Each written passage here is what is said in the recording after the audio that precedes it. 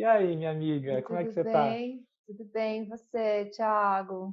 Tô ótimo. Tava ouvindo você falar, né, que você está no meio do puerpério, no olho do furacão ainda, então te agradeço mais uma vez por trazer esse tema tão necessário e num momento que é tão sensível, né, e tão potente. Eu acabei, deu tudo certo, na verdade, né? Porque é sempre uma incógnita quando a gente marca um Sim. compromisso, né? É todo um planejamento aqui, um corre-corre para que dê certo. E a Yara dormiu, era 8h55, minha filha mais velha, de 5 anos. E a Nalu agora, quando eu, antes de falar, tipo, em 5 minutos foi entrando, ela acabou de fechar o olho aqui no meu peito, daí coloquei ela ali do lado da Bruna Que e vim pra bom. cá. Você está com um atraso corporal sempre permitido. Está no outro Sim, eu tempo e já aviso isso para espaço. É. todos os compromissos, né, pessoal? Olha, a probabilidade de eu É, chegar atrasado é é. muito grande. Mas que bom ter você aqui, minha amiga. É muito Que bom bom. para trazer você aqui para esse espaço, para a gente conversar sobre alguns temas que, pelo menos para mim, são recentes, de uma forma um pouco mais aprofundada. Principalmente, eu acho que despertou em mim o interesse por esse conteúdo, por essas temáticas, por esses lugares que eu não consigo alcançar, Uhum. né, de pessoas, tanto pessoas que foram adotadas, que eu acho que vai ser bem legal a gente conversar dentro dessa perspectiva, que eu Sim. acho que quando a gente conversou depois do evento Pai, que eu acho que, acho não, foi isso que deu origem a essa live, né, aquele bate-papo depois do evento Pai, justamente Uhum. porque ficaram muitas camadas, eu acho, desse universo da adoção que a gente pode aprofundar ainda mais, e uma delas é essa perspectiva da criança que é adotada. Enfim, então, se apresente, por favor, Mari. Bom, muito Diga quem prazer. você é, conta aqui um pouquinho para a galera. Eu sou a Mari, eu sou mãe de um bebê breve, sou mãe do Tom, que completou 3 anos, agora 2 semanas atrás, então o tempo voa mesmo, né?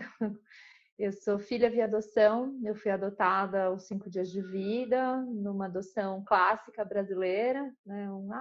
Fulano de alguém ficou sabendo que tinha um bebê. Tive uma sorte enorme, porque tenho uma família muito, muito amorosa e muito incrível, mas é esse risco, né, que as adoções brasileiras colocavam as crianças num risco muito grande. E aí eu trabalho, né, muito com gestantes, eu sou educadora Feldenkrais de formação, eu trabalho com educação somática já desde 2009, e foi nesse meio universo de atender gestantes com consciência pelo movimento que eu me tornei doula de adoção, isso lá na Califórnia. Eu morei na Califórnia por 7 anos, e quando eu comecei a atuar lá como doula de adoção foi num processo de ressignificar a minha própria história antes de eu ir doular o parto de alguma outra mulher. Eu tinha muitos traumas ali que precisavam ser cuidados, e foi um processo muito potente, muito maravilhoso. E em 2016, quando eu voltei para o Brasil, eu entrei, a Maíra, que é a minha sócia no Instituto Doulas de Adoção Brasil, começou a me procurar, queria saber mais. A Maia é psicóloga, ela trabalha com ciclo gravídico puerperal já há muitos anos, e ela estava no seu processo para adotar, né, se preparar, fazer toda a parte psicossocial que demanda,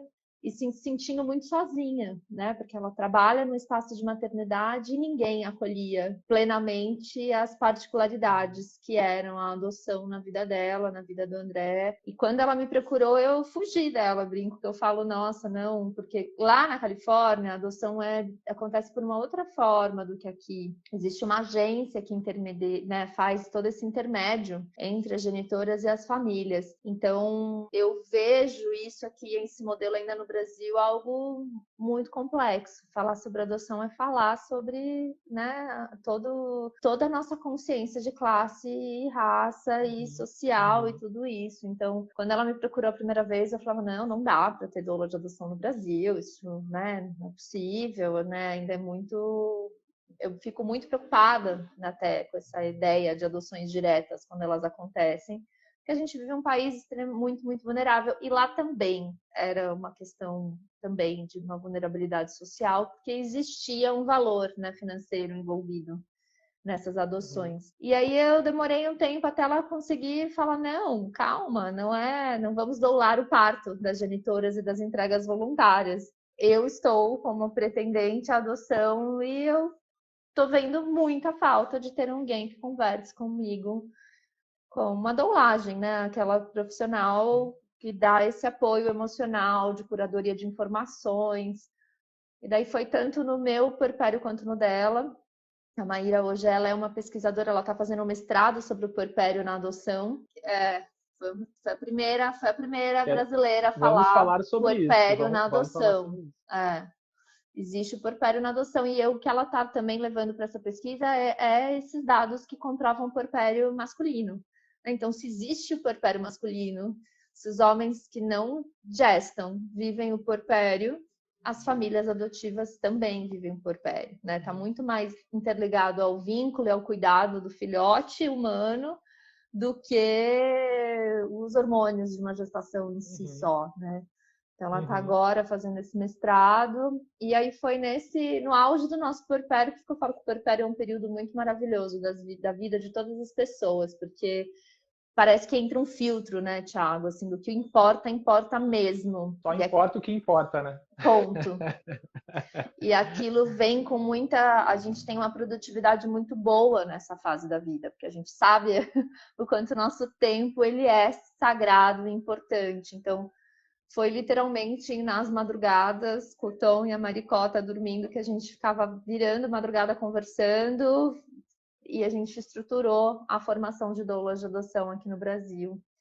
E tem sido 2 anos de muitas realizações nesse lugar, né, do Instituto. A gente foi para a 4ª turma, formando doulas de adoção, e isso tem sido muito maravilhoso. E é um movimento crescente esse lugar, né? Quando a gente trocou aquelas reflexões, né, pós-evento sobre o olhar do filho, é algo muito novo, né? Não sou a única nesse movimento, tem vários outros adultos que foram adotados, vários outros filhos nesse processo de vamos colocar luz nesses termos, nas nossas histórias, né? Vamos falar de adoção sobre a potência que é a adoção, que é ressignificar histórias de vida. Né? Então, basicamente é isso. Resumidamente, nada a resumir. Eu adoro ouvir você falar, eu já te disse isso, né? Quando eu te conheci, quando eu estava ouvindo Mamilos, né? Sobre adoção. E eu caí no Mamilos porque, enfim, estava chegando próximo do evento e eu queria trazer essa temática para o evento. E aí eu fui atrás de conteúdos e justo naquela semana tinha saído esse episódio. Né? Eu falei, nossa, que loucura, que coincidência. E aí, ouvindo, né, aquele episódio que tá lindo, né? Tem um relato de um pai. Nossa, lindo.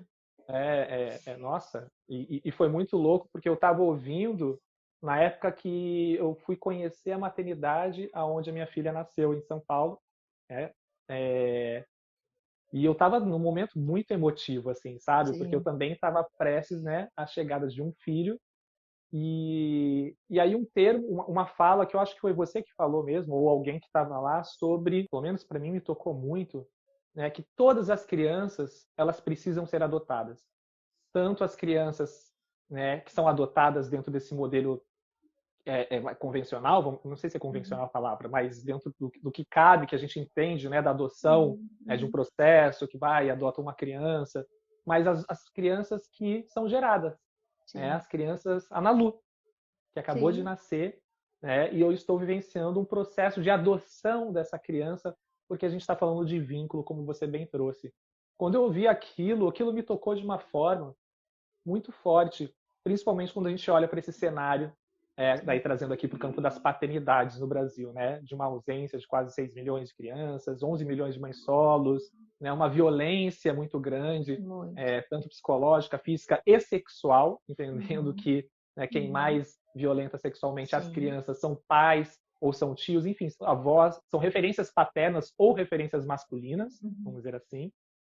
E aí, quando eu ouvi isso, eu falei, nossa, olha que potente a gente entender o vínculo como um processo de adoção. Sim. Porque ela precisa um movimento ativo, precisa um movimento de ir ao encontro mesmo dessa criança. E isso, independente se foi gerado dentro de um casal heterossexual, ou foi uma adoção por um casal homossexual, ou foi uma adoção independente da configuração familiar, de gênero, de raça. Todos nós precisamos ser adotados em algum nível. Essa frase, Vamos esse conversar um pouco sobre isso. Assim. Ele é do Winnicott, na verdade. O Winnicott fala, todos os filhos são adotivos, né? Primeiro paridos e depois adotados na sua família.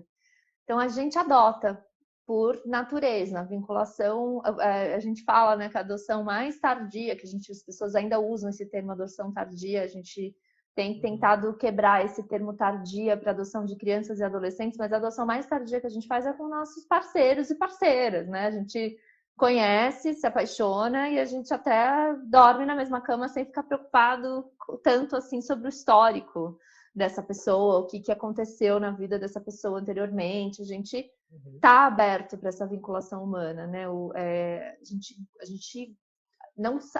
São poucas as pessoas que são realmente felizes sozinhas, completas, isoladas, né? A gente quer ter esse cuidado, ter esse laço de afeto.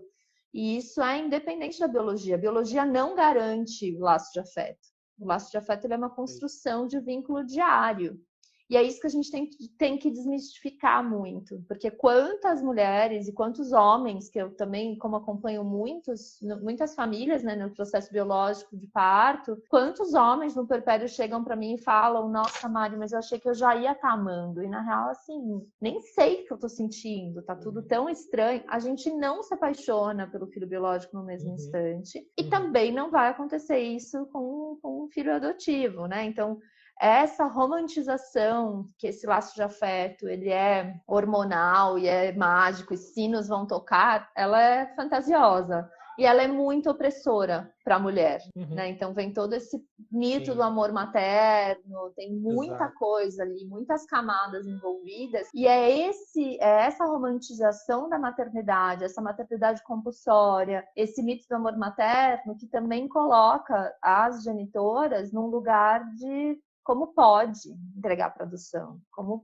né, que absurdo, que vagabunda, que pessoa sem caráter, né, que coloca que isso... Que tipo de tipo mulher, de de é mãe, você que é não ama seu você. filho? E isso é muito, muito problemático, porque a gente vive em um país que a gente não tem direito à reprodução sexual garantida, a gente não tem aborto legal, né? A gente tem esses números horrorosos, como você disse, da quantidade de abandono paterno que existe, e aí todo mundo cai em cima da genitora, da mãe biológica. Eu não uso o termo mãe biológica, porque eu vejo isso também como oprimir essa mulher que por algum motivo não pôde ou não quis exercer a maternidade dela. Chamá-la de mãe entra nesse balaio de que ela teria que amar e como ela pôde fazer isso. Ela é genitora, ela gerou, ela tem total direito de entregar um filho para adoção. E isso não a coloca num lugar melhor ou pior. É a situação da vida. E também a ausência de um Estado, né?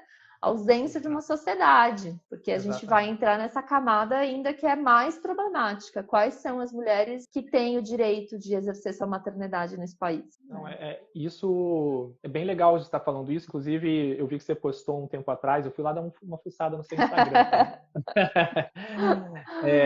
E aí eu vi que nasceu ótimo, né? Tudo nasceu agora. Mas que saiu na revista TPM, né? Uma frase sua de uma entrevista que você deu que eu achei muito legal, que a gente pode, acho, também conversar sobre isso, né? Sobre precisamos parar de rotular a pessoa que adota como santa e amaldiçoar a pessoa que entregou para adoção. Isso só reforça o tabu de vítima, vilão e herói. E eu acho que você estava falando agora inicialmente, né, justamente dessa mulher, né, como vilã, como aquela que, como assim, que tipo de mulher é você que abandona o seu filho dentro de uma realidade dura? Provavelmente essa mulher abandonou o filho não é porque ela quis, na maior parte das vezes, mas ou por uma condição, ou por uma questão relacionada à própria biografia dela, que a gente não sabe, né? A gente está falando de fenômenos humanos e naturalmente altamente complexos, que a gente nunca vai conseguir alcançar do nosso ponto de vista. Aqui, né, eu de Ubatuba julgando uma mulher que abandonou o filho, eu não sei o que aconteceu.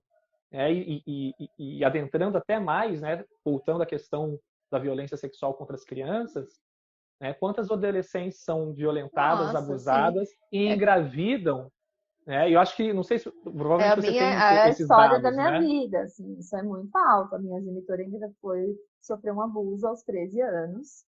Né? Os avós foram saber da minha existência, ela já estava com 8 meses de gestação, numa família extremamente católica. A adoção vem como a única opção. E o quanto isso era um esqueleto no armário, né? Você se torna aquilo, né? Por isso que eu falo que é importante a gente não entrar nessa tríade de mocinha, herói, vítima, porque a vítima acaba sendo a criança num lugar como se a história dela já fosse errada, né? Como se a existência dela fosse se eu tivesse que, se eu fosse entrar nesse personagem que a sociedade coloca em mim quando eu falo, eu fui adotada, ai, meu Deus, nossa, que obviamente que isso me gerou várias marcas e obviamente que é algo que é a característica da minha história, faz parte da minha biografia, né? Eu preciso olhar isso com cuidado e estar ali acolhendo essa particularidade. Mas os números são muito grandes e é muito cruel com essas meninas, é muito cruel com essas mulheres, é muito cruel com essas crianças que muitas vezes não têm nem essa possibilidade de saber, né, o mínimo da sua existência, porque rolava um apagamento. Então, quando a gente fala da importância de um Estado que preserve esses processos, né, a gente fica bem chateadas quando as pessoas têm ainda esse imagético também. Nossa, a adoção é muito burocrática, dá muito trabalho, é muito difícil. Eu sempre falo, gente, é burocrático e difícil para quem? Porque pelo ponto de vista de processos jurídicos no país, os processos de adoções eles acontecem rapidamente. A destituição do poder familiar dessa criança, da família, ela acontece até que muito rápido. Você vai pensar uma família que está passando por uma vulnerabilidade social, uma situação muito difícil, como que a gente consegue se reestruturar em 12, 18 meses, né? Sair de um vício, arrumar casa, emprego, carteira assinada, num país que a gente vive com a economia do estado que está, né? Então, são muitas camadas de abandonos sociais para cair sobre as costas dessa mulher. E é isso que a sociedade não enxerga, né? É muito triste ainda, porque ainda é aquele lugar da criança como sendo uma coitada, né? E aí eu falo que a importância da gente levar esses diálogos sobre adoção na sua potência para todos os universos, para todos os espaços, principalmente para os espaços de parentalidade, é que é o discurso, é o nosso discurso que está sendo passado para as crianças que não foram adotadas. As crianças que são filhos biológicos, e como que a gente quebra esse elo de perpetuar esses estigmas, esses preconceitos de geração em geração, onde a criança adotiva vai ser sempre aquela que vai sofrer bullying, que vai sofrer preconceito, que vai ouvir um monte de piada sem graça. Ou que é a coitadinha sempre, a eterna coitadinha. Ou que, não vamos misturar muito, porque não sabe, né, de onde veio, vai que... Eu falo que o filho adotivo, ele tem esse estigma, né? Que ele vai ou matar os pais, ou ele vai para o mundo das drogas, ou ele vai ser ingrato. E que essa marca, esse peso, tenha muito a ver com esse lugar das pessoas ainda enxergarem no Brasil a adoção como caridade, né? A adoção não é vista como via de parentalidade, é vista como caridade, porque é sempre aí aquele... a gente estava falando agora, então, desse lugar dessa mãe que é entendida como cruel, como má, né, a grande vilã. Total. E ninguém pensou no pai, cadê o pai dessa ninguém história? Pergunta, nunca, ninguém né? nunca me perguntaram. E o seu genitor? Raramente, raramente, nunca, né? Assim, nunca. É muito, muito raro. E aí a gente vai para o outro lugar, né, do herói salvador, que é as pessoas que adotam, que eu acho que indubitavelmente é um gesto importante, vamos dizer assim, né? Pelo menos quando eu penso, porque eu vou falar para mim, tá, Mari? A Nalu nasceu, nossa, explosão, né? Yara, Nalu. E aí conversando com a Bruna, poxa, temos a vontade de ter um outro filho gerado por nós? A resposta é não agora, nesse momento. Olha, se você falasse sim agora, eu ia falar, uau! Sim, só não perguntou para ela, né? Mas eu acho que a gente conversa bastante sobre isso, mas ambos possuem a vontade, não a vontade, mas ainda um sentimento de que temos mais amor para dar. Temos, ainda cabe mais gente na nossa família. Sim. Então, eu e ela temos esse chamado, e a gente conversa volta e meia sobre isso, que sim, é uma possibilidade um dia a gente adotar uma criança. E quando eu falo isso, quando eu penso isso, eu até me emociono, porque me vem sim um sentimento muito bom. Um sentimento bom no sentido de que incrível ter mais uma criança na minha família, ter mais um filho, né? Cada vez mais eu amo ser pai, e eu vejo sim na adoção essa possibilidade de ser pai de uma terceira criança. E isso me enche o coração. Mas depois de que eu te ouvi, né, e principalmente sobre esse ponto de vista de como que a gente não torna quem adota esse grande herói, né? Como que a gente não se deixa também ser contagiado por isso, né? Quando eu vou entrar nesse processo de adoção, ou quando mesmo eu começo a conversar com a Bruna, naturalmente vem o sentimento, tipo, poxa, eu também estou fazendo uma coisa muito bacana, né, socialmente. E que eu acho que não deixa de ser. Mas tem um limiar ali, né, é uma linha muito tênua, né, desse que legal, que bacana, é uma coisa importante também, tantas crianças aí precisando, né, de pais, precisando de afeto, mais que de pais, né, eu acho que vamos dizer assim, né, precisando de afeto, e eu tenho afeto, né, e eu tenho um lar, eu acho que preencho todos os requisitos para adotar uma criança, entendendo que é fácil, tá, pessoal? Né? A gente já conversou sobre isso lá no evento Pai, né? Que são pouquíssimos pré-requisitos para que você né, consiga entrar nesse processo de adoção. E aí eu fiquei com essa pulga atrás da orelha, né? De refletindo, esse sentimento, essa vontade de adotar, ela é genuína, minha, realmente, desse sentimento de ter uma criança, de amor, e até que ponto eu sou atravessado também por esse mito do herói, desse salvador, né, de quem quer também salvar uma criança. E eu fiquei pensando muito sobre isso e estou amadurecendo, estou elaborando, né? E aí quando eu vim conversar com você, depois que a gente saiu daquela nossa conversa, ainda ficou mais forte. Falei, caraca, eu acho que realmente eu preciso amadurecer muitas coisas antes de adotar. E eu acho que esse é um ponto importante também para a gente conversar, né? Talvez dessa gestação, vamos dizer assim, afetiva, né, desse afetiva, né, de elaborar, de pensar do impacto tanto para mim, mas também para essa criança que está chegando, né, preparar os meus filhos. É uma preparação, é um planejamento para receber essa criança que vai muito mais um querer, vai muito mais do que, nossa, que bonito. Vai muito mais que, nossa, só porque o Bruno Galhaço adotou, eu quero adotar, e a gente, nossa, vamos adotar. É muito mais profundo que isso, né, Mari? E é por isso que a gente tem visto assim, o quanto o papel da doula auxiliando nessa elaboração de quais são suas motivações e quais são suas expectativas para a adoção. Tem sido tão fundamental, porque senão a gente entra nesse lugar, eu sempre quis, sempre achei lindo, sempre foi um desejo, e daí isso é muito raso da camada para você realmente adotar e acolher um outro ser que está vindo com uma história anterior, que você não está adotando só, né? Não tem como passar uma borracha, uma página em branco, rasgar a história, vamos fingir que nada aconteceu, vamos começar, né? Vamos mudar o nome da criança, vamos começar tudo isso. Não é possível. Então, é a gente ter esse choque de realidade, de elaborar a real, né? Quando é um casal, saber o quanto os dois estão alinhados sobre isso. A gente sabe o quanto a chegada de filhos, né, modificam toda a estrutura familiar, né, do casal. Na adoção... O Alexandre Pedro Amaral, ele diz que é sinônimo de crise, né? É sinônimo de crise, uma criança, ponto. é sinônimo de crise, né?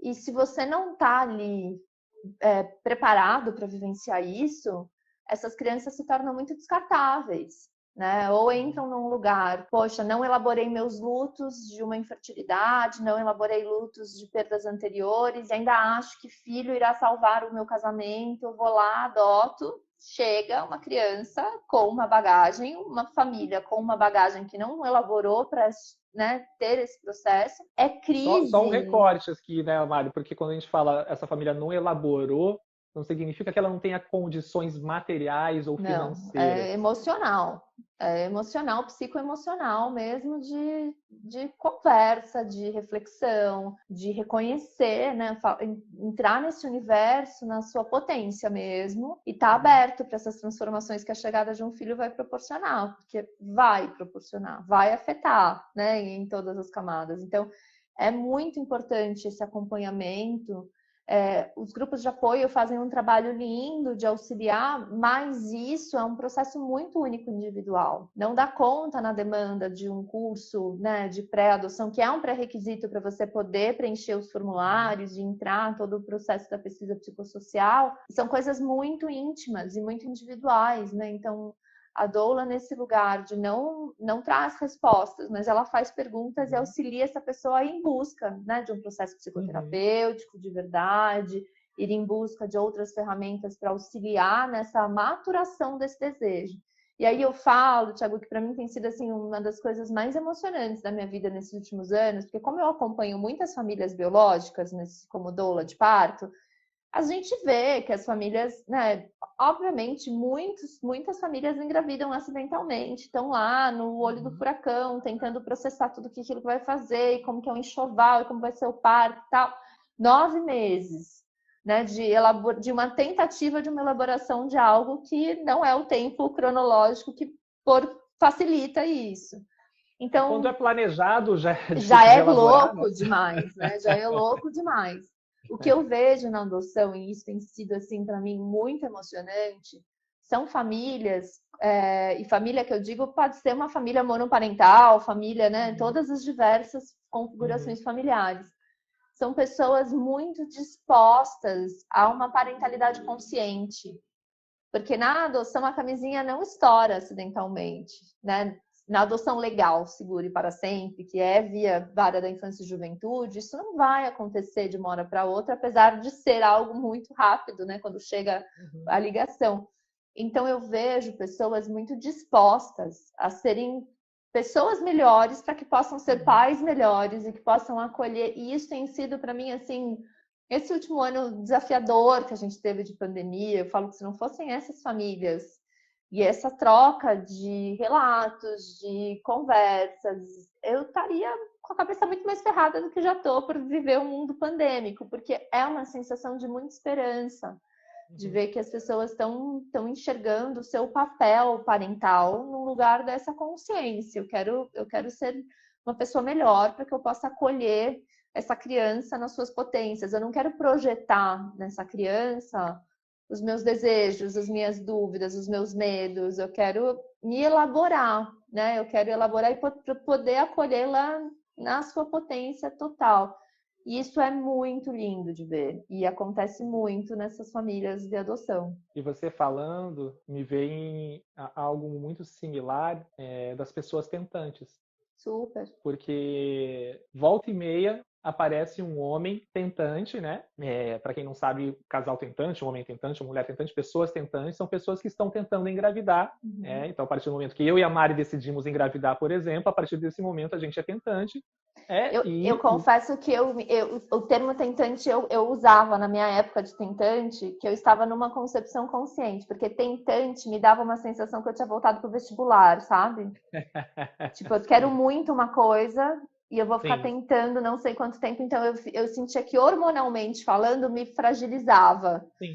Faz porque sentido. dava medo, né? Todo mês era aquela sensação, como a gente tinha tido a perda gestacional anterior, até tem isso, você, né, lá atrás, lá em alguns anos atrás, pré-tom, tem algum post meu desabafo falando a palavra horror, eu tenho horror à palavra tentante porque ela me dá medo, ela me gera angústia, mas assim, estou concebendo. Gosto, assim, é estranho falar e para mim é estranho ouvir, mas é como eu não... popularizou, né? Popularizou o termo. Mas eu sinto muita similaridade, percebo, esses homens tentantes que fazem os cursos, e é muito louco que tem, às vezes, homens que não tem nem... A maior parte das pessoas que fazem curso comigo são homens héteros, né? Que não tem nem uma namorada, não tem nem uma pessoa com quem se relaciona. Que bacana. E aí eu percebo nesses homens, não que é melhor ou que é pior, mas é justamente isso que você falou. Esse entusiasmo, essa energia, né? Que vai muito mais além da geração de um filho. A gente está falando de uma transformação, de fato, sobre o olhar, uma transformação do olhar sobre a vida. Da vida de uma forma, tanto a vida uma forma externa, mas também interna. E eu percebo de uma forma muito forte isso nesses casais com quem eu relaciono, sabe? E aí você estava falando, e eu acho que a gente volta mais uma vez naquele lugar, né? Já é o início de uma adoção. Já é. E até porque quando eu começo e eu acho que isso, falando também da minha experiência, e eu nunca tinha feito essa analogia, obviamente, né? Até conhecer você. Porque foi a gestação da Yara, ela também foi super planejada. E da Yara também foi planejada. Mas mesmo antes de nós darmos o play, né? Eu sinto que, de alguma certa forma, pelo fato de estarmos conversando, elaborando, porque é a mesma coisa. Já estava ali, coisa, né? Mas tipo, vamos adotar um filho, Mari? Sim. Sim. né? Até a gente chegar nessa decisão, é algo muito similar a chegarmos à decisão. Muito. Então, esses universos, eu acho que eles conversam, Super. né? Porque é a chegada de um filho, é a chegada de uma crise, e essa crise ela vai abalar as estruturas dessa configuração familiar, ela vai abalar a minha experiência individual, a nossa enquanto casal, a nossa enquanto família, e esse serzinho que está chegando. Eu acho que eu quero falar um pouco desse ser que está chegando, independente de onde ele está chegando, vamos dizer Sim. assim. E é lindo isso que você traz, que é um convite da transformação do seu olhar. Uhum. E quem faz isso em nós adultos é a criança. Ponto. A partir do momento que a gente está aberto para essa relação. Então pode ser que essa transformação do nosso olhar aconteça por um sobrinho, aconteça por um filho de um amigo nosso que a gente conviva. A criança está o tempo inteiro nos convidando a vivenciar esse olhar, né? Vamos enxergar a vida pela minha nova lente, assim, vem, volta aqui comigo, né? Esse convite que eu falo, a gente não quer que a criança alcance o adulto, a gente quer que o adulto se coloque nesse lugar da criança e volte para enxergar esse mundo, porque é isso que vai ressignificar a neurologia. Como eu estudo neuroplasticidade, eu tenho estudado muito essa questão, né, da epigenética e como o nosso cérebro, como que isso, né, afeta, o quanto o parto afeta essa estrutura desses hormônios, nessa cascata hormonal, nesse bebê que chegou, e como esse adulto que cuida, né, esse apaziguador desses hormônios. Então, naquele momento que a gente fala da importância dessa hora dourada, né, da gente estar ali recebendo, na verdade, a gente também está tendo a oportunidade de reestruturar a nossa arquitetura cerebral. Então, se a gente vivenciou na minha vida, por exemplo, né, meu parto foi extremamente traumático, eu fiquei 5 dias no hospital, abandonada até eu ser adotada. Quando o Tom nasceu, eu senti naqueles primeiros 5 dias da vida do Tom a maior ressignificação na minha vida, assim, a maior oportunidade de olhar para ele e falar: nossa, filho, quando eu te pego no colo, eu também tô me pegando no colo. Eu também tô podendo voltar ali anos na minha história, 33 anos na minha história, e ter uma oportunidade de dar para o meu cérebro uma cascata de hormônios que eu não tive naquele primeiro momento. Então, isso eu vejo na adoção como uma coisa muito potente. E a neuroplasticidade está aí mostrando cada vez mais que a gente vai se amoldar, né? Que as coisas vão... A gente tem como reestruturar realmente essa nossa arquitetura cerebral sobre como a gente vivenciou esses primeiros momentos. Então, o lindo na adoção é... Você provavelmente, né, quando não for uma adoção de um bebê recém-nascido, você não vai estar lá desde o primeiro instante, dos primeiros passinhos, das primeiras palavras, mas a gente esquece que a todo momento a gente está numa relação com uma pessoa que a gente está tendo uma oportunidade de vivenciar novos primeiros tudos, né? A gente está ali, vai ser a primeira vez que você e seu filho vão fazer aquele passeio importante para você. Você vai visitar aquele lugar da tua infância, apresentar para ele, e isso vai, né? As músicas que vocês vão ouvir pela primeira vez juntos, as comidas, tem tanta coisa na nossa vida que a gente pode ressignificar como um primeiro tudo. Por que a gente dá tanta importância para esse iniciozinho, né? Só o início importa? Então, a partir do momento que não tem o início, como que a gente se vincula, né? Se apaixona quando adultos, né? Qual é a relação, assim? E é muito legal você falar isso, porque é comum a gente justificar muitas ações, comportamentos, justamente pelo início da vida, né? Se foi abandonado, se foi adotado, ele vai ser assim. Se não teve uma referência paterna, então ele vai ser assim. Se não teve uma mãe, ele vai ser assado, né? E quando a gente reforça isso, a gente está deixando de olhar a incrível capacidade do ser humano de se reinventar. De se adaptar na vida, né? De se adaptar, de se reinventar a partir desses afetos.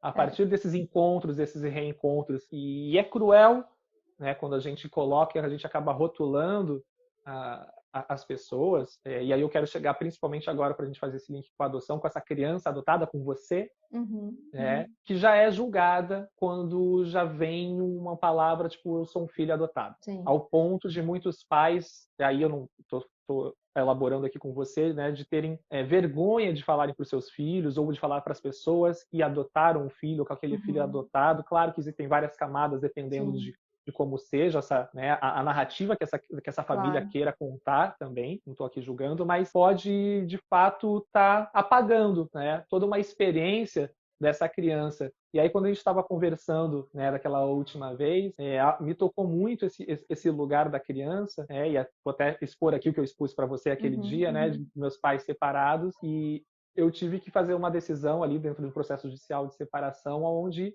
o juiz me perguntou com quem você quer ficar. Anos depois, e aquilo obviamente me marcou, né? Porque com você com 6 anos, dentro da cabeça da criança, eu estava decidindo, por mais que eu não estivesse decidindo aquilo, né? Eu estava decidindo. E eu levei isso para a minha vida toda, não de uma forma traumática, mas faz parte da minha biografia. Acredito que deve ter impactado em várias questões, não somente isso, sempre são multifatores. Mas dentro de uma conversa familiar, chegou um momento que a gente estava falando, né? E aí sempre processo de separação é comum ter, né, dores, raivas, claro, né, dos lados familiares, né? E por amor, que é o mais louco, né? É comum, né, terem conflitos por amor. É uma viagem isso, né? Do ser humano, né? Por amor a gente vai aqui, tipo, brigar. Exatamente. E dentro dessa conversa que começou dentro da minha família, né, sobre essa época, eu falei para minha família: beleza, vocês estão falando só do ponto de vista, mas alguém já pensou nesses últimos 38 anos como eu me senti com isso? Porque eu sempre ouvi as dores de um lado, as dores do outro, os motivos, as raivas, os porquês, mas ninguém nunca me perguntou como foi isso para mim. Nunca ninguém me perguntou. E quando a gente conversou, eu fui para esse lugar justamente porque, normalmente, pelo menos que eu entendi, assim, né, dentro do que a gente está conversando aqui, e que eu tenho mergulhado nos últimos tempos a partir de te conhecer, é sobre esse lugar dessa criança. Que muito se fala dos processos, muito fala dos adultos, dessa mãe, desse pai, de como vai ser, mas pouco se fala justamente dos processos vivenciados por essa criança dentro de um julgamento, como você bem disse, né? Dependendo de por quem tenha sido gerado, aonde tenha sido gerado, da cor da pele dessa criança, ela já vai vir com um estigma muito grande, ou justificativas para qualquer coisa que ela faça. Principalmente, e aí que eu quero que você fale sobre isso. Não, isso aqui ela trouxe, ela não aprendeu aqui em casa. Isso ela trouxe antes de a gente adotar, né? Que é algo que conscientemente ou inconscientemente as famílias podem reproduzir e replicar em seus lares, né? Então, enfim, falei um monte de coisas aqui, mas queria te ouvir um pouco, né, sobre esse lugar, justamente porque você é uma criança que foi adotada. Então, acho que ninguém melhor que você aqui para falar desse lugar, né? Eu falo que vem muito também dessa nossa cultura patriarcal, né? Dos meus, é meu filho, é meu. Então, isso vem de gerações em gerações, né? A adoção sempre no lugar da vamos priorizar os laços biológicos como uma garantia de uma forma muito grande. Então, eu falo que o filho via adoção, ele está há muitas gerações nesse lugar do menos. A minha mãe também foi adotada, né? A minha mãe que me adotou foi adotada aos 6 anos de idade. E ela ouviu da minha avó a vida inteira: esse é meu filho de verdade, essa é a minha filha adotada. Essa a gente pegou para criar a vida inteira. Então, a gente hoje em dia adulta sabe que a minha avó de verdade nunca adotou a minha mãe, né? Sempre rolou essa diferenciação nesse estigma. Então, era sempre colocado num lugar desses pais, né? Como ninguém olhava. A criança nesse país, gente, hoje, em 2021, ainda não é considerada cidadão de direito em muitas realidades familiares. A gente está aqui numa bolha muito micro, né, que está preocupada com a criança, que está querendo entender a importância, né, dessa vinculação de afeto com a criança, mas a criança ela não é vista como cidadão de direito. A criança via adoção muito menos, né? A história da criança se torna pública. Né? As pessoas começam a querer, mas você sabe a história dela de verdade? Mas você tem alguma informação? Esse lugar, né, tipo enredo de novela do Manuel Carlos, eu falo, a gente nunca vai ter uma história simples. É uma história cheia de características, né? Então, honrar a narrativa... Como se você me contasse a sua história, eu já ia conseguir, tipo, definir quem é você, né? E isso é muito louco, sim, porque a gente vê 20% vai ser genética, 80% vai ser o meio, né? 80% vai ser interações que essa pessoa teve, assim, e aí fica nessa fissura da genética, né? Fica nessa fissura de querer saber como foi. E aí eu vejo nesse lugar como uma desculpa para as pessoas não se vincularem, ou uma proteção. Meu medo é tamanho que essa relação parental não dê certo, então eu vou ficar aqui na minha bolha confortável, não vou elaborar os meus traumas, os meus medos, as minhas angústias, e aí se não der certo, se essa criança não suprir as minhas expectativas, porque, né, afinal, adotei, sou tão bom, fui lá longe, busquei essa criança, tirei ela de uma situação de vulnerabilidade, sou demais, se ela não atingir esses meus patamares, não deu certo, eu devolvi, porque, né, na verdade tem razão, a sociedade tem razão, são todos problemáticos, são todos com trauma, são todos. E aí eu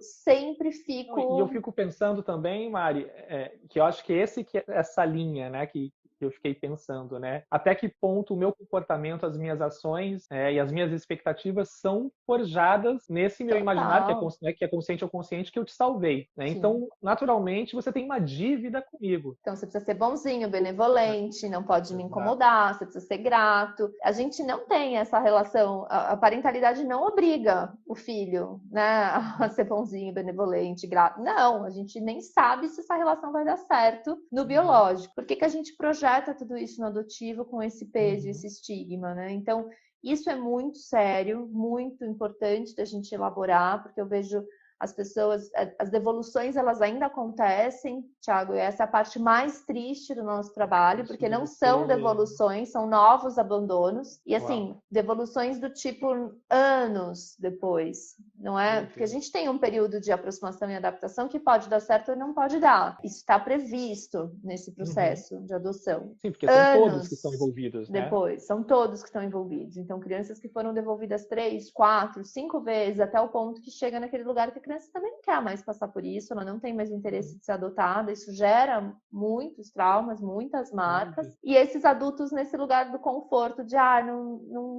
e nessa volta eterna de querer justificar o comportamento da criança por conta da genética. Eu falo que é quase como se a gente tivesse a síndrome do gene ruim, sabe? Eu quero saber tudo, eu quero investigar tudo, eu vou levar no médico, vou fazer todos os exames possíveis, porque em algum momento essa história vai me dar uma roubada, porque todo mundo ao redor, família extensa, amigos, a maioria das conversas da sociedade ao redor é: nossa, mas pra quê? Ou, uau, que coragem! Ou, nossa, mas você é completamente louco, pra que vocês vão passar por isso? Você é especial, né? Esse lugar já deixa essa pessoa num lugar de privilégio total sobre isso. E aí eu sempre falo, são 2 processos, né, a adoção. O processo de destruição do poder familiar, que é a história da criança, o histórico da criança, o que aconteceu com ela, como que ela chegou até, né, o acolhimento, por quê, quem foi o envolvido, porque a gente tem que entender que é o papel do Estado garantir que essa criança volte para sua família de origem. A gente está aqui garantindo famílias para as crianças e não crianças para famílias ou casais inférteis, né? É a proteção de famílias para as crianças. Então, antes da gente tirar, e isso a gente tem que ficar muito atento com esse governo que a gente tem hoje em dia, porque tentam passar projetos de lei para acelerar a adoção, que na verdade é tirar o mais rápido possível, achando que essa criança, né, como se todo mundo fosse mal só porque está numa situação de vulnerabilidade social, e isso é muito grave. Muito grave. Então a gente tem que lembrar disso e que esse processo é da criança, essa história é da criança e é direito dela por lei, tá? Né? Não só no Estatuto da Criança e Adolescente, mas tá como direitos humanos, que essa criança tenha acesso à sua história, às informações sobre o seu passado quando ela quiser. Isso é da criança. O que a gente vê é muitas famílias entrando nesse lugar do detetive, de eu vou investigar tudo, eu quero ler esse processo. Isso é algo que eu particularmente não recomendo, porque ler esse processo, o processo não vai ser uma história do Juno, não vai ser uma história fofa. Eu vou criar uma identidade também, né? Eu vou criar também já vou fazer alguma projeção em cima dessa história, né? Total. E aí qualquer comportamento que essa criança tenha e que provavelmente aquele comportamento tenha a ver com o momento presente, com esse adulto cuidador dela agora, esse pai, essa mãe, mãe adotiva, essa família vai ter essa tentação muito mais fácil de julgar, esse comportamento, tá vendo? Olha lá, é porque a genitora foi usuária, né? Ou a genitora fez isso, ou aquele pai tá não sei aonde. É muito tendencioso isso. Então, outro dia até me exaltei no sentido que eu sou capricorniana, quando eu começo a ficar nervosa, eu fico com a bochecha vermelha, eu já fico, né, não consigo transparecer. E tava um burburinho numa das rodas, a gente faz rodas mensais para as famílias, né, para os pretendentes, uma roda gratuita via Zoom, e tem sido muito bacana, e os pretendentes muito nesse lugar, não, a gente tem que saber, a gente tem que investigar, a gente tem que ter acesso, porque daí a gente pode suprir qualquer problema que possa surgir, muitas vezes nesse intuito positivo, né? Eu quero saber o que passou para eu poder ter ferramentas para ajudar essa criança. Falo, gente, então vamos combinar que a criança também tem que ler um processo sobre vocês, para ter certeza se vocês foram amados também, se vocês estão em terapia, né? O quanto é importante estarmos em processo psicoterapêutico como seres humanos e pontos e pais. Pais via adoção também, né? Vamos entrar todo mundo nesse balaio. A criança é problemática e nós somos bem resolvidos, a gente vai... O alecrim dourado, né? A gente é o alecrim dourado, então tá tudo bem. Então é um lugar muito importante a gente reconhecer a criança como um cidadão de direito, respeitar a história da criança. E isso, gente, é uma coisa muito séria. Se você teve a informação sobre a história de origem do teu filho, o que ele passou, qual foi a situação, se essa criança, depois de um tempo, ter essa vinculação e essa honra, né, de você receber uma informação dela sobre o que ela passou, porque as crianças têm a memória. Eu lembro dos meus 5 dias, então não importa se adotou recém-nascido ou se adotou adolescente, a gente carrega essas lembranças na gente, a gente vai acessá-las quando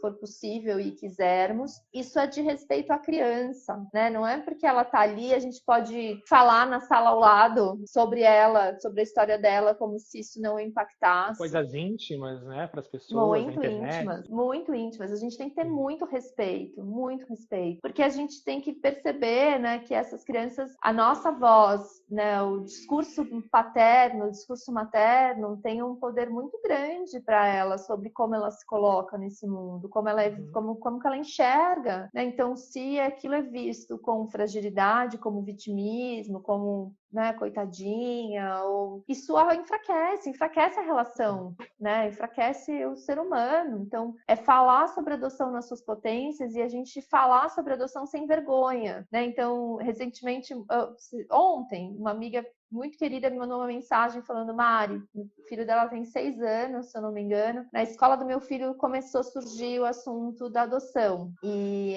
fora da aula, né, entre o intervalo ali, alguém falou sobre adoção, alguém contou que a mãe era adotada. E eu tenho um livro infantil sobre adoção. E é por isso que ela veio me compartilhar um pouco disso. Ela falou, e me marcou muito, porque ele chegou até mim e eu perguntei: o que você sabe sobre adoção, né? O que você quer saber? Qual é a sua dúvida? E o discurso do menino foi: a adoção acontece quando a mãe não gosta do bebê e ela não ama o bebê e ela dá o bebê. E aí ela ficou muito chocada. Ela falou assim, foi a primeira vez que ele trouxe a adoção e ele tá replicando essa fala que não é nossa. Seja de algum amiguinho, seja de repente da professora, da onde veio? Como que isso surgiu? Então, assim, é 2021, gente. A gente não pode mais, né, achar que isso tá ligado a laço afetivo, né, e que a criança é uma coitada porque foi entregue para adoção. A gente não pode. Então é nosso papel. Quando eu escrevi o livro, Capricorniana que sou, as pessoas às vezes me escrevem e falam: nossa, que lindo, né, que bonito escrever um livro. Eu falo: gente, esse livro nasceu da minha raiva. Ele nasceu porque eu estava puérpera, com o tom no sling, e eu fui na livraria da Vila e fui pedir um livro sobre adoção infantil que eu queria ter na minha biblioteca e eu queria poder indicar para outros pais. E cada livro que a vendedora me trazia, eu olhava e eu lia, e eu me via, Mariana, criança, lendo aquilo, e eu falava: gente, isso aqui tá muito errado, assim, de comparações físicas, nossa, é adotada, mas parece tanto com você. Tem um livro que ele é didático, ele tá assim, um livro muito famoso, que tem uma fala mega racista no livro, onde ele tá comparando uma criança com um pedaço de bolo de chocolate, como se isso fosse positivo, né, para falar sobre adoção interracial. Uhum. Chegou num ponto na livraria que eu caí no choro, assim, eu olhava para que cada livro eu mostrava para ela e ela relia comigo e ela ficava, não, esse sou estranho. Cheguei em casa, falei pro Fábio, eu vou escrever um livro infantil, porque não é possível que esse livro não exista ainda, né? Não... E ele deu risada, ele, puérpera louca não contraria, né, nesse lugar. Ele falou, tá, sim, claro, vai super escrever um livro, vai fundo, amor. Que ótimo! E um dia o texto veio, assim, por isso que eu falo que o puerpério tem essa potência, porque um dia eu estava tomando banho e veio falas da minha mãe conversando comigo sobre adoção. E ela sempre, por ela ser adotada também, ela teve sempre muita gentileza e tato e afeto e respeito a isso. Ela sempre falou da minha genitora com o maior amor, com o maior carinho, com a maior gratidão. Isso Legal. impacta muito, porque se você fala sobre os genitores dos seus filhos de uma forma pejorativa, essa criança ela se sente inadequada no lugar dela. Porque a gente tem rejeitada, né? Rejeitada. Primeiro que rejeitada, né? Não devia nem estar aqui. Porque fala, poxa, se eu surgir dessa forma, né? Se eu nasci dessa via, e eles estão falando tão mal dessas pessoas, então eu também sou mal, né? Eu também tenho algo ali que tá mal resolvido, eu também tenho que me adequar. Esse sentimento de inadequação, nenhuma criança merece viver com isso, nenhuma pessoa merece viver com isso, sabe? Não se sentir pertencente é algo que... Muito duro. Eu acho que é o mais duro, na verdade, né? Porque a gente está falando de pertencimento, daí a gente vai para várias camadas também da sociedade, né? E as camadas que mais sofrem, pelo menos dentro do meu ponto de vista, são as pessoas que não se sentem pertencentes. Total. Né? Total. Então, não são por vistas, isso que esses né? temas, né, em relação à adoção, né, à gordofobia, capacitismo, são pessoas que não se sentem pertencentes, né, dentro de uma sociedade que padroniza, que coloca estereótipos, que idealizam, e que tornam a vida dessas pessoas tipo, quase marginalizadas mesmo, né? Se a gente coloca à margem desse padrão. Total. Então, e aí, Mari, vamos então, a gente está costurando aqui, e eu já vi um monte de gente falando, você já trouxe o puerpério, e como é algo que eu venho me debruçando bastante nos últimos anos, dos estudos do puerpério, ouvindo você falar algumas características, né, quando eu estudo também, quando eu converso com outras pessoas, homens, ouço muitas mulheres, sobre o puerpério, eu vejo que existe...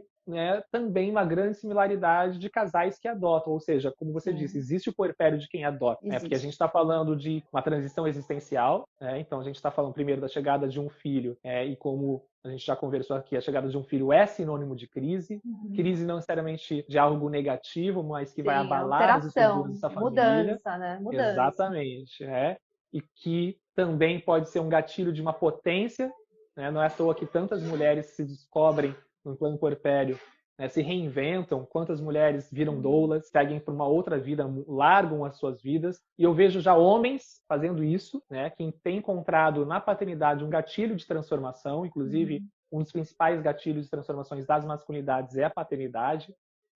Foi identificado em 2016 uma pesquisa do Papo de Homem, 7 gatilhos de transformações das masculinidades. Que legal. E um deles é a paternidade. E justamente porque traz esses questionamentos existenciais e relacionados à vida e morte. Não a vida, além da vida e morte de morte morrida, do medo da morte, o parto, a gestação, existe o medo, depois que nasce, existe, ainda mais primeiro filho de primeira viagem, que você fica com medo de que seja picado por um mosquito que vai morrer, ali com aquela picada daquele mosquitinho. Não estou falando de dengue, tá, gente? Estou falando de qualquer mosquito. Mas também desse luto do que a gente perde, pelo menos da sensação, ou do contato diariamente com essa curva de luto, muito mais com a curva de aquisição, porque quando a gente aqui planejou uma gestação, planejamos ser pais, naturalmente dentro desse planejamento a gente começa a projetar as aquisições. Vou ser pai, é o sonho da minha vida, vai ser incrível ter um filho, eu vou surfar, eu vou isso, eu vou aquilo. Então é comum nós começarmos a olhar sempre para as aquisições e a gente não fala sobre os lutos. E se tem uma coisa que a paternidade me apresentou, foi o luto, foi o desconforto, foi lidar justamente diariamente com essa curva da perda, da liberdade, da autonomia, do meu relacionamento, da minha produtividade, do meu sono, das minhas preocupações, das minhas prioridades. E isso é difícil elaborar. Quando a gente se prepara já é difícil, quando a gente não se prepara, muito mais. E te ouvindo, me dá o entendimento que isso também acontece para quem adota. E eu Acontece, e acho que a acontece Camila Ramos, abruptamente, né? a Camila Abruptamente. Ramos, que ela tem um Instagram chamado Um Colo de Mãe, ela é uma grande parceira minha, Uhum. e ela trabalha o puerpério bem de uma forma mais ampla, justamente trazendo aqui toda a complexidade desse fenômeno humano que é o puerpério, que a gente precisa naturalizar, inclusive, essa fase de transição existencial, né, e não querer quantificar ou determinar essa experiência, e trazendo justamente esse conceito mais amplo, que é muito mais do que uma reorganização física, hormonal, Muito né, mais. fisiológica, que tanto questões sociais como raciais, aonde essa mulher está inserida, ou esse homem trans, acho que é importante a gente pontuar, né? Homens trans também podem gestar, parir, também Sim. vivenciam o puerpério como protagonistas, e para quem adota também. É o que eu estou entendendo, né, Mari? Que acaba também vivenciando tudo isso, por mais que não tenha vivenciado, por um caso assim, uma mulher ou um homem trans, esse parto, essa grande transformação, esse orgasmo da vida, né, independente da via de parto, mas também vivencia, né, essas transformações e também acredito que pode impactar no fisiológico, né? Porque se a gente Nossa, está falando muito. de ocitocina, de serotonina Muito. ou, né, dos hormônios relacionados ao estresse, à depressão, que eu Muito. acredito, e aí eu quero te ouvir, né, que existem depressão pós-parto, cerca de 20% das mulheres, se eu não me engano, 10% podem ter depressão pós-parto, talvez também possa ter, Então, então, existe né? uma taxa enorme de depressão pós-adoção. Enorme. Não vou lembrar agora do número específico. Uhum.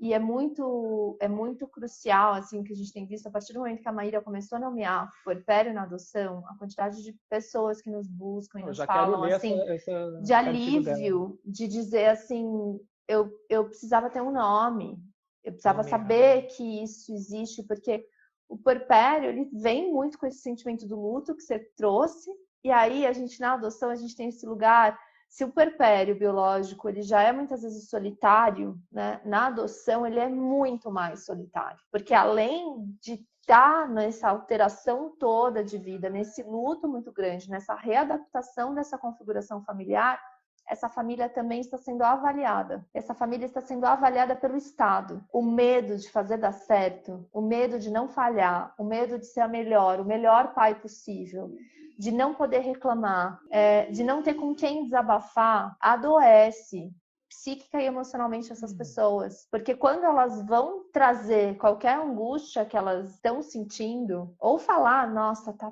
foda, tá difícil demais, tô muito cansada, né? As pessoas normalmente têm um discurso do tipo, te avisei, você não quis ir lá? Você não foi lá adotar? Você achou que é cebolinho? Agora você tá aqui reclamando? Ficou tantos anos na filha e agora não tá feliz que adotou, né? Não, seu filho chegou. Como se a gente não a gente precisasse viver esse mundo de poliana cor-de-rosa de positividade tóxica que adoece todos nós. Então as pessoas num lugar muito solitário, muito sensíveis, porque elas vão pra rua. A Mai conta, assim, eu falo para ela como eu gostaria de poder voltar no tempo e estar com você e poder responder essa pessoa e te proteger disso, porque numa roda de maternidade com pessoas da nossa bolha da humanização, então que você fala, você não tá ali, né? Uma mãe olhou para ela e para Maria e falou, nossa, mas é tão bonitinha, né? Como tiveram coragem de abandonar? O que você responde, você puérpera?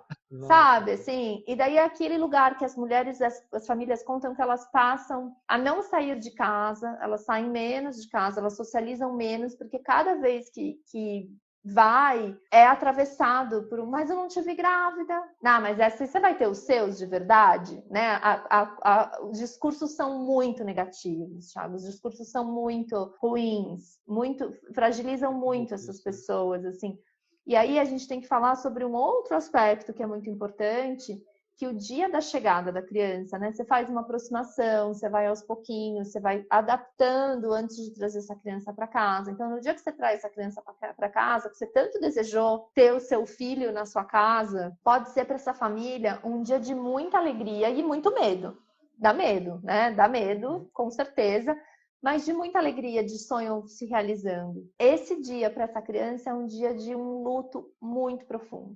Tem vários pesquisadores americanos que estudam, né, filhos que foram adotados. Uma delas é a Sherry Eldridge, e ela fala que essa criança... E eu vivenciei muito isso depois no puerpério, com uma fala da minha mãe. Ela fala que é um momento de um velório sem poder acontecer, porque nesse dia que essa criança vai para a família adotiva, é a concretização para ela, mesmo num nível inconsciente, que a ruptura com a família biológica aconteceu. Então é uma ambivalência de sentimentos. Aquela família está muito feliz com a chegada daquela criança e aquela criança está muito triste. Tá muito... Não importa a idade, ela tá triste. Sim, e pode dar um descompasso já nesse início, né? Porque fala, nossa, como assim? Olha só onde se te transparecer. trouxe, você tá triste. Então, essa falta, tanto que tem na Costa Rica, eles indicam, e eu achei isso muito lindo, eles indicam que quando a criança vai para casa, que a família vive em si, a família nuclear pequena, quase que 3 meses de um pseudo-isolamento, que não recebam visita, que não fiquem fazendo festa, porque é um tempo deles irem... E é esterogestação, né? É aquele lugar que a gente, 3 meses, que a gente não quer que as pessoas venham dar pitaco na nossa bolha, né? Então, a gente fica ali nesse lugar. Faz todo sentido isso, né? Faz todo sentido isso. Então, a gente faz essa campanha. Como ser uma rede de apoio para uma família puérpera na adoção? Como garantir também para ela marmita, tranquilidade, né? Afeto, abraço, acolhimento, palavras positivas. Como preparar, né, a sociedade, os pediatras, as escolas, o mundo para receber essa família via adoção. Isso é muito impactante. E é isso, assim, eu e a Má, a gente fala, a gente sofreu, eu e ela, várias questões, eu como filha, ela como mãe, e agora a gente vem nesse lugar, a gente não quer mais que as crianças passem por isso, então a gente vai mudar o mundo para que a gente receba esse filho via adoção nas suas potências, né? Não nos seus estigmas, não nesse preconceito, e que a gente precisa falar sobre nós adotados desse pertencimento, né? Então, a gente recentemente montou uma comunidade que chama Fomos Adotados, que é o compartilhamento de áudios, né, numa plataforma onde a gente traz a narrativa de filhos que foram adotados, contando os seus causos, as suas características, as suas questões. E na sequência a gente convida sempre ou uma família ou um profissional da área para falar sobre aquele tema de como que isso ressoa, porque, né, os filhos são adotados e as famílias também são adotadas, né? Os filhos adotam e essas questões também vão ressoar nesses adultos. Então, como que a gente dá luz para essas narrativas e a gente reconhece que a gente está o tempo inteiro adotando e sendo adotados, né? A gente adota a cidade, a gente adota o idioma, a gente adota o trabalho, né? Os colegas de trabalho, de repente a gente fala que esses amigos viraram famílias. Então, por que com uma criança vai ser difícil, né? Por que com a criança tem que ser desafiador, tem que ter tantos problemas assim, né? Então... Que bom te ouvir, minha amiga. Que bom te ouvir, assim, sabe? Porque você me leva para uns lugares, assim, que não fazem parte do meu dia a dia. Tem uma frase do Andrew Solomon. Ah, maravilhoso. Que ele diz que o encontro com a diferença promove a reconciliação. Sim. E eu acredito muito nisso, sabe? Quando a gente se encontra ou quando a gente se reencontra, para falar sobre esses lugares que a gente não alcança. E esse é um lugar que eu não consigo alcançar, né? Porque não faz parte da minha biografia ainda.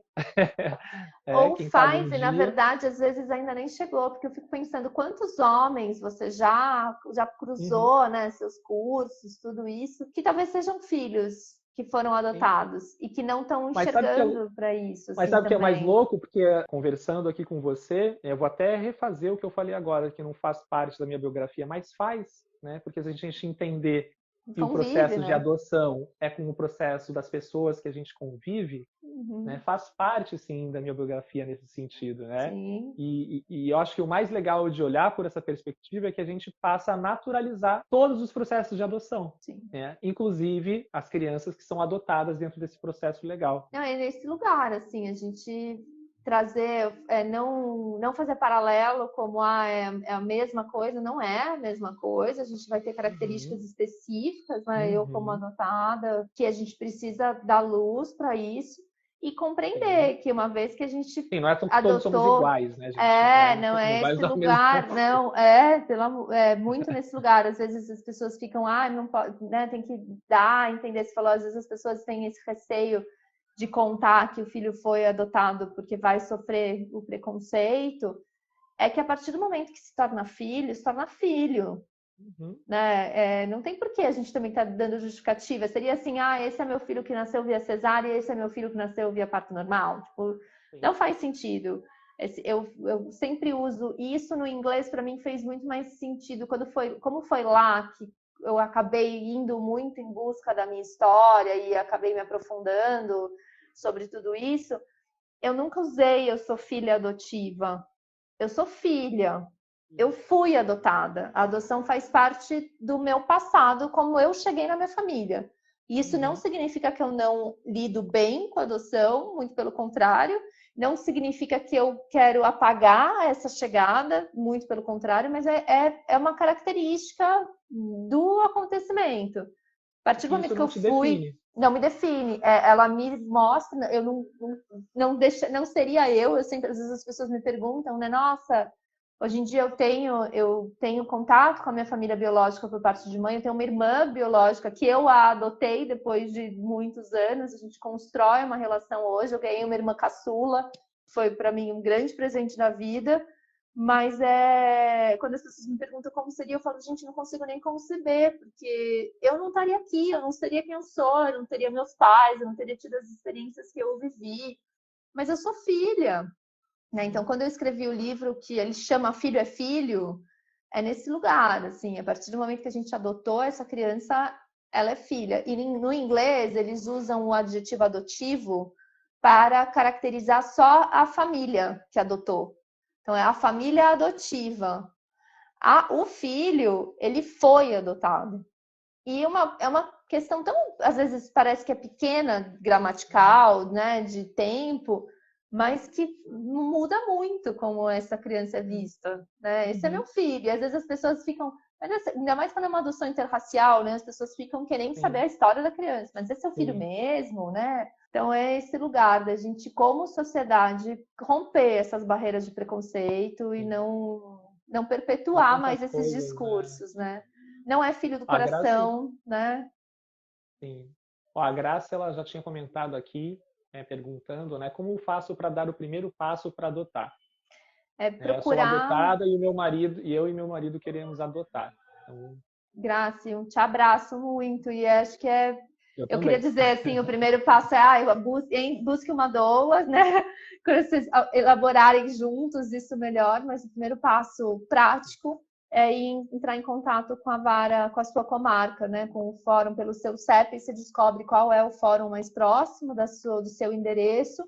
E aí cada comarca tem um passo a passo de como que isso vai funcionar. Você precisa fazer o curso preparatório antes da entrega dos documentos para preencher, né, o cadastro. Hoje em dia está tudo online.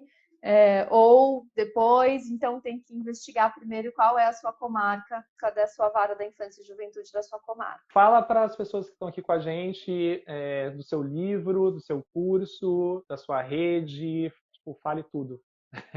Bom, o momento jabá, né? O livro é esse aqui, ele chama Filho é Filho. Ele é vendido pela editora Matrescência ou pelo site Já da vou comprar. Amazon. Ele é um livro que eu desejo que ele não esteja só nos lares adotivos, mas nos lares de todas as crianças, que a gente Não, eu vou possa comprar já, falar hein? sobre adoção nesse lugar da potência, né? Vamos Uhum. essas crianças possam, não, que a gente quando fique sabendo sobre adoção não entre naquele lugar do segredo, ai, não pergunta para ela foi adotada, né? Vamos naturalizar falar sobre adoção com Uhum. as crianças. O nosso Instagram é Doulas de Adoção, lá tem todas as informações sobre os atendimentos, sobre como a gente acolhe. A gente acabou de finalizar uma turma de formação, então a gente está com as vagas de estágio abertas para as famílias que queiram passar, né, serem atendidas pelos alunos que estão em processo de certificação. E a comunidade do Fomos Adotados, ela é aberta para todo mundo, tanto filhos, quanto os pais, quanto profissionais da área, ou quanto pessoas que queiram, né, gostam de ouvir histórias e se relacionam, né, nesse lugar das narrativas afetuosas. E, então, além dos áudios, vem um material de apoio com indicação tanto de exercícios, livros e tá tudo em áudio para a gente sair um pouco da tela nesse mundo pandêmico. Então, dá para estar ouvindo, é sempre no máximo 20, 30 minutos de áudio. Uhum. Então está sendo dinâmico e está sendo muito legal. As rodas elas são gratuitas todos os meses. A gente tem roda de apoio às famílias, aos filhos, a quem já adotou, deseja, em qualquer etapa desse processo. E eu queria agradecer muito, muito, muito mais uma vez. Eu fiquei muito feliz quando você me convidou para participar do PAI. Eu fiquei assim, falar sobre adoção é essencial em um evento de paternidades. Eu acho que é esse lugar. Você comentou da história do Beto, que está no Mamilos. O Beto também é uma doula de adoção. Então, ele está sempre falando sobre a sua paternidade. O Instagram dele é quero Papai saber Piano. desse curso, porque você falando aqui, falei, cara, eu preciso saber desse universo, até porque entendendo o puerpério dentro dessa complexidade, né, de uma forma muito Sim. mais ampla, e é um universo que eu gosto muito de estudar, enfim, faz parte, né, é o foco de atuação do projeto Mim Paterno. Eu quero saber sobre puerpério, né, essa camada, esse lado da moeda que eu não conheço, né, e dá para fazer então, porque se o Beto Dá, fez, não então é eu posso aberto. fazer. Super. A gente tem vários homens que já fizeram. A gente Que acabou legal. agora essa forma. Ano passado a gente foi bem loucas. A gente acabou fazendo 3 turmas. E esse ano a gente é um curso que são quase 60 horas de aula ao vivo, mais aula bônus, e tem o processo de certificação para quem deseja atuar como doula de adoção. Então agora esse só vai acontecer de novo em 2022. Que a gente, né, falou, olha, vamos. Mas eu não pensei, eu também estava pensando em fazer esse ano, não. Eu não tô Não, eu pronto. imaginei mesmo. Então, ano que vem vai ter de novo a formação de doulas. Eu Maravilha. te aviso quando a gente já Avisa fechar porque as eu vou fazer. datas. Mas tem sido, assim, muito maravilhoso. E a gente tá. Eu e a Má, eu brinco com ela toda vez que eu ainda acho que a gente tá completamente loucas desde o início. Eu falava para ela, meu, que loucura. O Xande foi uma pessoa que a gente conversou, a Cris, querida, Cris Bartos do Mamilos, foi uma pessoa que a gente conversou lá no comecinho, assim, gente, faz sentido isso? E agora a gente vê o que tem feito muito sentido, a gente tem tido esse reconhecimento das varas, isso é muito maravilhoso. A Má vai estar amanhã falando numa palestra para o TJ de São Paulo, isso para a gente, assim, muito, muito potente, muito, muito grata. Eu falo que a criança que habita em mim fica muito realizada de ver que esse trabalho está acontecendo. Então vai ser uma honra ter você e sim, vamos falar do puerpério na sua potência, né? Mari, conta Obrigada, comigo, viu? tá? Para que você Obrigada, você precisar. Eu acho também, que sempre. criamos uma Obrigada. ponte, pelo menos eu já sinto um vínculo grande aqui com Muito você. grande, super, super. E quando vocês desejarem amadurecer esse desejo do próximo filho, contem com a gente também, como doulas, nesse processo. Você não tenha dúvida disso. Um beijo. Obrigada, um beijo Um beijo para enorme. todo mundo aqui Até. que esteve com a gente esse Obrigada, tempão, tá gente. bom? Sigam Boa a Mari. noite. Boa noite para todo mundo.